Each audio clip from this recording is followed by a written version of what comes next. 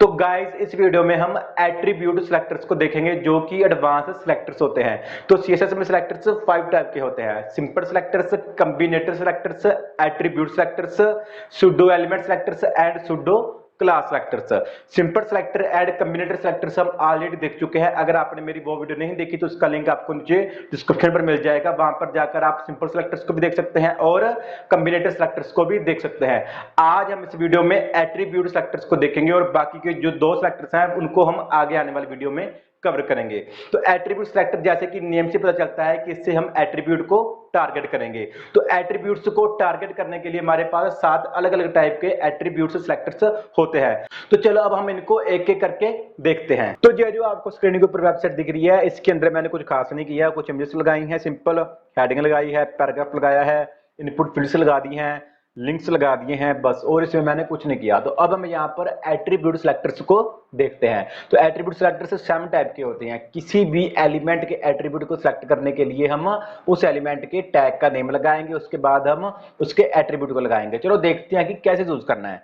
सबसे पहला selector use करते हैं हम। यहाँ पर ऊपर चलता हूं, किसी भी एलिमेंट को मैं यहाँ पर सिलेक्ट कर लेता हूं। मैं यहाँ पर H2 लगा देता हूं। H2 के बाद मैं यहाँ पर ब्रैकेट्स लगाऊंगा। ब्रैकेट्स के अंदर ही मैं वो एट्रीब्यूट लगाऊंगा जो मैं यहाँ पर लगाना चाहता हूं। मैं चाहता हूं कि H2 के अंदर अगर क्लास है सिंपल, तो उसका जो कलर है वो हो जाए ग्रीन। सेव किया, चलो देखते हैं। अगर तो पूरे वेब पेज में H2 को क्लास एट्रीब्यूट मिला होगा तो उसका कलर हो जाएगा ग्रीन। जिस पर भी क्लास एट्रीब्यूट लगा होगा H2 के एलिमेंट पर, उसका जो कलर है वो ग्रीन हो जाएगा। तो अब देखना, तो ये देखो, ये था ग्रीन हो गया, ये ग्रीन नहीं हुआ क्योंकि यहाँ पर क्लास नहीं लगी हुई, और ये भी ग्रीन नहीं हुआ, सिर्फ एक जगह पर क्लास लगी थी वो ग्रीन हो गया। बट अगर मैं यहाँ पर क्लास की जगह आईडी एट्रीब्यूट का यूज करूं, तो अब जितने भी H2 होंगे उस पर अगर आईडी एट्रीब्यूट लगा होगा वहां JCSS अप्लाई हो जाएगी। चलो देखते हैं। तो ये देखो, इसका कलर ग्रीन हो गया। इसका नहीं हुआ बिकॉज यहाँ पर हमने आईडी नहीं लगाई थी, ऊपर हमने आईडी लगाई थी, इसलिए इसका कलर ग्रीन हो गया। देख भी लेते हैं एक बार। ये देखो, यहाँ पर हमने आईडी लगाई थी, और नीचे चलते हैं, यहाँ पर हमने आईडी नहीं लगाई थी, यानी कि दूसरा जो है वहां पर आईडी नहीं लगाई थी, तो यहाँ पर चेंज नहीं हुआ। और जो लास्ट वाला H2 होगा, ये देखो H3, यहाँ पर हमने आईडी लगाई थी। ऐसे करके आप सिंपल एट्रीब्यूट को सिलेक्ट कर सकते हैं। अब हम नेक्स्ट सिलेक्टर देखते हैं। तो अगर आप किसी भी एट्रीब्यूट के साथ उसकी वैल्यू को भी सिलेक्ट करना चाहते हैं तो वो भी कर सकते हैं। वो कैसे करेंगे? अब मैं यहाँ पर ए टैग लगाता हूँ, इसके बाद मैं लगाऊंगा, ये देखो एट्रीब्यूट। अब मैं यहाँ पर लगाऊंगा कौन सा एंकर टैग का, कौन सा एट्रीब्यूट लगाए हम यहाँ पर लगाते हैं href। ठीक है, href को अगर आईडी मिली होगी google.com, गूगल लगा देते हैं, google.com सही होनी चाहिए स्पेलिंग आपकी, वैल्यू जो है। तो क्या हो, उसका जो कलर है वो हो जाए वाइट और बैकग्राउंड कलर हो जाए रेड। सेव किया, चलो देखते हैं। तो यहाँ पर एंकर टैग कहाँ है? ये देखो, HTML जो है उसको हमने गूगल लगाया हुआ है, तो गूगल नहीं लगाना था उसको हमने HTML ही लगाना था। जहाँ पर हम यहाँ पर थोड़ी सेटिंग कर लेते हैं। ये अब हमारा गूगल है, और यहाँ पर हम अमेज़न कर देते हैं, अमेज़न, और यहाँ पर हम कर देते हैं एम्प्टी, लिख देते हैं। चलो ठीक है, तो अब ठीक है। अब जो गूगल है, जो अमेज़न है, और जो एम्प्टी है, तो ऐसे करके आप सेलेक्ट कर सकते हैं। अगर मैं यहाँ पर कोई और सेलेक्ट करूँ, अगर मैं सिंपल ऊपर चलता हूँ और यहाँ पर मैं अगर लगा दूँ प्लेस होल्डर को सेलेक्ट करते हैं, जो है इनपुट के अंदर, इनपुट टैग के अंदर जो प्लेस होल्डर एट्रीब्यूट है, इसके अंदर एंटर योर नेम, नेम की अगर वैल्यू है तो वो क्या हो जाए, तो क्या बॉर्डर आ जाए, वहां पर बॉर्डर 4 पिक्सल सॉलिड ब्लैक ना रेड, ब्राउन कर देते हैं, ब्राउन। सेव किया, चलो देखते हैं। तो यहाँ पर ब्राउन नहीं हुआ क्योंकि यहाँ पर enter your email, enter your password match नहीं हुआ। हम इसको कॉपी करें, एंटर योर ईमेल कर दें। अगर एंटर योर नेम वाला कोई यहाँ पर प्लेस होल्डर नहीं था, इसलिए नहीं हुआ। अगर मैं यहाँ पर कर दूं एंटर योर ईमेल, ईमेल के स्पेलिंग सही करने होंगे, ई हमेशा कैपिटल रखना होगा क्योंकि मैंने यहाँ पर कैपिटल रखा है। अगर यहाँ पर हम कैपिटल ना होता तो यहाँ पर भी कैपिटल नहीं आना था, अभी कैपिटल है तो मैंने यहाँ पर कैपिटल कर दिया। तो अब देखो, अब जो रेड हो गया, इसको दिखाने के लिए मैं यहाँ पर 10 पिक्सल और ब्राउन की जगह मैं कर देता हूँ येलो। सेव किया, ये देखो ये आ गया येलो।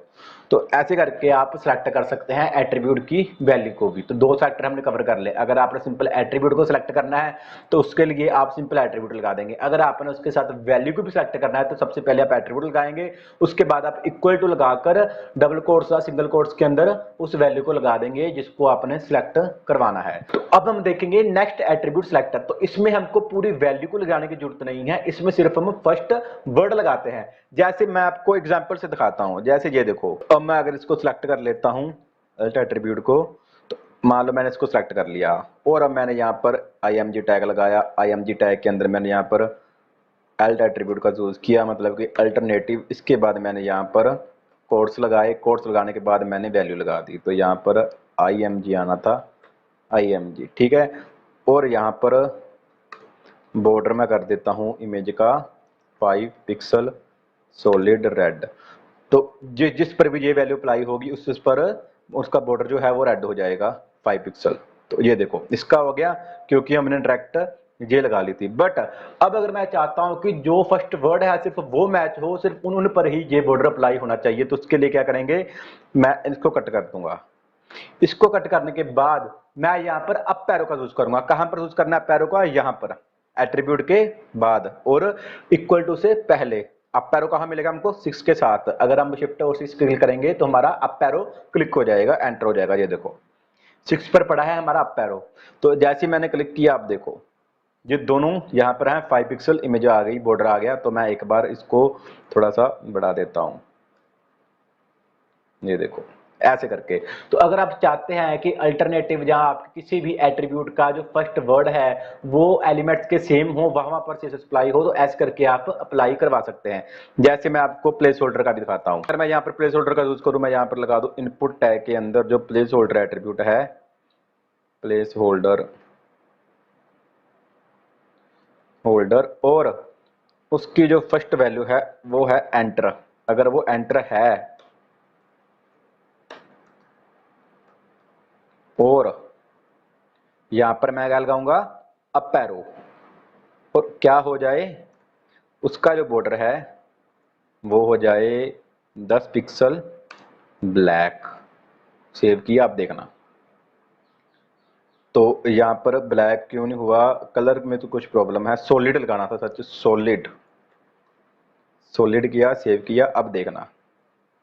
तो ये देखो ये दोनों ब्लैक हो गए। दोनों क्यों ब्लैक हो गए, क्योंकि ये देखो दोनों के प्लेस होल्डर थे वो एंटर से स्टार्ट हो रहे हैं। ये देखो यहाँ पर भी एंटर है और यहाँ पर भी एंटर है। तो ऐसे करके आप अप एरो का यूज कर सकते हैं और इस एट्रीब्यूट को लगा सकते हैं। फर्स्ट वर्ड मैच करेगा। इसमें क्या होता है कि इस एट्रीब्यूट में एट्रीब्यूट की वैल्यू का फर्स्ट वर्ड मैच होता है। जिस एलिमेंट पर उस एट्रीब्यूट की फर्स्ट वैल्यू मैच होगी वहां पर सीएसएस अप्लाई हो जाएगी। इसके बाद हमारे पास नेक्स्ट एट्रीब्यूट होता है, उसको भी देख लेते हैं। नेक्स्ट एट्रीब्यूट पर हम क्या लगाएंगे, जैसे जहां पर हम अप एरो का यूज करते हैं वहां पर हम पाई का यूज करेंगे। तो वो दिखाता हूं मैं यहां पर। अगर मैं यहां पर इमेज में जाता हूं, इमेज में यहां पर अप एरो की जगह पाई लगाऊं तो क्या होगा, कुछ भी नहीं होगा। मैं आपको दिखाता हूं, इमेज में कोई फर्क नहीं पड़ेगा। ये देखो ऐसे कैसे आ गया जैसे पहले था। तो पाई का यूज क्या होता है, पाई का यूज करने के लिए उसकी दो कंडीशन फुलफिल होनी चाहिए। पहली कंडीशन तो होती है कि उसका जो वर्ड है फर्स्ट वो मैच होना चाहिए, जो कि यहाँ पर हम अप एरो से करते थे, सेम वही। एक तो वो कंडीशन है। दूसरी कंडीशन है कि उस वर्ड के साथ हाइफन होना जरूरी है। एक तो वर्ड हो, फर्स्ट वर्ड हो, और वो भी उस पर हाइफन या डैश लगा हो। तो कैसे, जैसे इमेज है, अगर इस इमेजेस में से किसी पर भी यहाँ पर डैश नहीं लगा होगा तो वो यहाँ पर नहीं करेंगे। बट अगर मैं यहाँ पर डैश लगा दूं, अब ये कंडीशन फुलफिल कर रहा है, फर्स्ट वर्ड भी है और यहाँ पर डैश भी लगा हुआ है। तो अब देखना यहाँ पर आ गया। तो क्या होता है कि पाई के साथ जरूरी है कि उसका फर्स्ट वर्ड होना चाहिए और डैश होना चाहिए, तभी वो उठाएगा। तो अगर एट्रीब्यूट की वैल्यू के फर्स्ट वर्ड के साथ हाइफन या डैश नहीं होगा तो वो वर्क नहीं करेगा, पाई वर्क नहीं करेगा। तो क्या वर्क करेगा, उसके लिए हम यूज करते हैं अप एरो का। बट अगर हम चाहते हैं कि सिर्फ वो ही सिलेक्ट हो जिस पर फर्स्ट वर्ड के बाद डैश लगा हो, यानी कि फर्स्ट वर्ड तो सेम होना चाहिए, मैच हो, मैच होने के साथ साथ डैश भी लगा हो, तभी वो अप्लाई होगा। तो ये होता है यूज पाई का। ठीक है, अब हम आगे देखते हैं। तो आगे नेक्स्ट वैल्यू को देख लेते हैं। जैसे मैंने यहां पर पाई लगाया है, नेक्स्ट वैल्यू मैं यहां पर लगा दूंगा डॉलर। जैसे पाई हो गया या अप एरो हो गया, इनके लगाने से क्या होता है कि एट्रीब्यूट की वैल्यू के फर्स्ट वर्ड को उठाता है। बट अगर हम चाहते हैं कि वैल्यू के एंड वाले वर्ड को उठाए तो उसके लिए हम डॉलर का यूज करते हैं। जैसे मैंने यहां पर डॉलर लगा दिया। अब अगर मैं यहां पर ट्री लगाऊंगा तो जिस जिस जगह पर ट्री लगा होगा लास्ट में वो जगह पर ये प्रॉपर्टी अप्लाई हो जाएगी। ये देखो, तो यहाँ पर ट्री लगा हुआ है तो ये अप्लाई हो गई। अगर यहाँ पर कुछ और लगा होता, ट्री की जगह फॉरेस्ट सेव करता मैं, तो ये देखो ये फॉरेस्ट आना मैच कर गया, तो ये अप्लाई हो गया। तो ऐसे यहाँ पर ईमेल लगा होता जहाँ पर दोनों जगह पर, तो ये दोनों अप्लाई हो जाने थे। तो डॉलर क्या होता है कि डॉलर में हम लास्ट वाली वैल्यू को चेक करते हैं और पाई में या फिर हम अप एरो में फर्स्ट वैल्यू को चेक करते हैं। पाई में हम फर्स्ट वैल्यू के साथ साथ डैश को भी चेक करते हैं। ठीक है, अब हम आगे बढ़ते हैं। तो आगे अब हमारे पास क्या होता है कि मैं यहाँ पर डॉलर की जगह पर कर दूंगा स्टार। स्टार का मतलब कि पूरे एट्रीब्यूट की वैल्यू में से कोई भी वर्ड मैच हो जाएगा तो वो वैल्यू अप्लाई हो जाएगी। अब पूरे यहाँ पर एट्रीब्यूट में, यानी कि इमेज के एट्रीब्यूट में अगर यहाँ पर मैं वैल्यू दूंगा वो कहीं पर भी मैच हो गई, वहां पर ये CSS अप्लाई हो जाएगी। जैसे मैं यहाँ पर लगा देता हूँ TREE। ठीक है, ट्री, ये तो पूरा हो गया। तो यहाँ पर मैच कहाँ पर हुई, सिर्फ एक पर मैच हुई है। अगर मैं यहाँ पर सिर्फ RE लगा दूं, T भी कट कर दूं और E भी कट कर दूं, सिर्फ RE लगाऊं, तो ये दोनों पर अप्लाई हो गई। दोनों पर क्यों अप्लाई होगी, क्योंकि दोनों के बीच RE आता है। कैसे, ये देखो ट्री है हमारा, ट्री पर हमारे पास ये RE आ गया बीच में, और यहाँ पर फॉरेस्ट है, फॉरेस्ट के भी अंदर RE आता है, इसलिए ये अप्लाई हो गई। तो इसके बाद हमारे पास जो लास्ट सेलेक्टर्स होता है एट्रीब्यूट, उसको हम बोलते हैं टिल्ड। टिल्ड सेलेक्टर से यूज करते हैं। अगर मैं यहाँ पर स्टार के बाद, मतलब इसको कट करके अगर मैं टिल्ड लगा दूंगा, टिल्ड आपको मिल जाएगा टैब के ऊपर। ठीक है, मैं जैसे सेव करूंगा, अब देखना, तो अब इमेज गैप हो गई। क्यों गैप होगी, क्योंकि टिल्ड की एक कंडीशन होती है। जैसे हम स्टार लगाते हैं, स्टार का मतलब क्या होता है कि एट्रीब्यूट की वैल्यू में से कोई भी टेक्स्ट अगर मैच हो जाए तो उससे वो सिलेक्टर यूज हो जाता है, वो CSS वहां पर अप्लाई हो जाती है। बट टिल्ड में ऐसा नहीं होता, टिल्ड में उसके आगे पीछे स्पेस होने जरूरी है, तभी ये वर्क करेगा। जैसे ये देखो, एंटर योर ईमेल, तो अगर मैं यहाँ पर योर को लगाना चाहता हूँ, योर को सेलेक्ट करवाना चाहता हूँ कि जिस जिस जगह पर योर होगा वहां पर अप्लाई हो जाए, तो क्या करेंगे, अगर मैं यहाँ पर इस प्लेस होल्डर के अंदर मैं यहाँ पर स्टार का यूज करूं और यहाँ पर मैं एंटर को कट कर दूं, यहाँ से मैं ईमेल को भी कट कर दूं, सिर्फ योर रहने देता हूं। ठीक है, तो ये दोनों को सेलेक्ट करेगा, क्योंकि यहाँ पर भी इसको योर मिल रहा है और यहाँ पर भी इसको योर मिल रहा है। तो स्टार लगाने से उसको कोई फर्क नहीं पड़ता कि उसके आगे पीछे स्पेस है या कुछ नहीं है, उसने बस उस टेक्स्ट को ढूंढना है। अगर उसको वो टेक्स्ट मिल जाएगा तो वहां पर ये CSS अप्लाई हो जाएगी। बट अगर मैं यहाँ पर टिल्ड लगा दूं, अब टिल्ड, जैसे मैंने यहाँ पर टिल्ड लगाया तो ये स्पेस देखेगा। यहाँ पर स्पेस थी इसलिए ये यहाँ पर करने लगा, बट यहाँ पर स्पेस नहीं थी इसलिए यहाँ पर CSS अप्लाई नहीं हुई। तो ये थे हमारे पास एट्रीब्यूट सिलेक्टर। तो अगर आपको कुछ भी समझना आई हो, कुछ भी प्रॉब्लम हो, तो आप मुझको नीचे कमेंट बॉक्स में बता सकते हैं। आप इसकी प्रैक्टिस करेंगे तो आपको अच्छे से पता चल जाएगा। 7 सेलेक्टर है।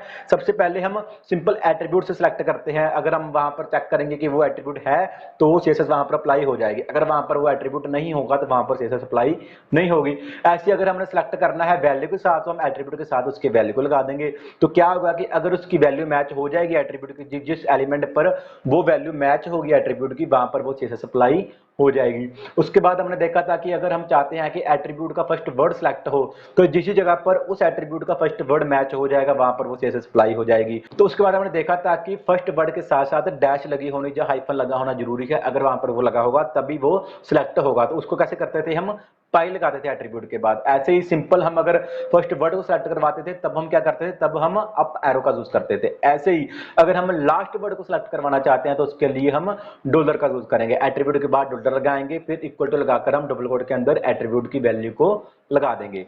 उसके बाद दो सेक्टर और देखे थे हमने, एक देखा था हमने एट्रीब्यूट के बाद स्टार लगाकर। स्टार लगाने से क्या होता है कि पूरे एट्रीब्यूट की जितनी वैल्यूज हैं अगर उनमें से कोई भी टेक्स्ट मैच करता है उसके साथ तो वहां पर वो सीएसएस अप्लाई हो जाएगी। बट टिल्ड में ऐसा नहीं था। टिल्ड में क्या था कि टिल्ड में एट्रीब्यूट की पूरी वैल्यू में से सिर्फ वही वैल्यू मैच होगी जिसके आगे पीछे स्पेस लगी होगी। अगर स्पेस नहीं लगी होगी तो वो मैच नहीं होगी।